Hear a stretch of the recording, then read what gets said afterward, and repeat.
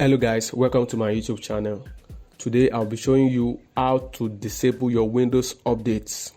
Yeah, that sounds amazing.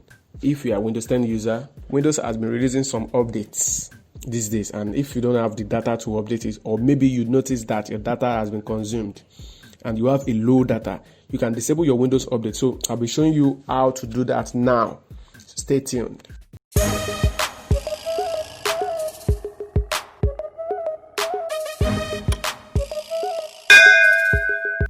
Welcome back guys. Kindly subscribe to my YouTube channel for more latest video. Please subscribe. So let's get started.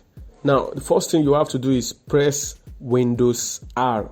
Yes, as you can see it on the screen, press Windows R. A little box will pop up by the left hand side. In that box you type services.mse. Click on OK or press enter on your keyboard.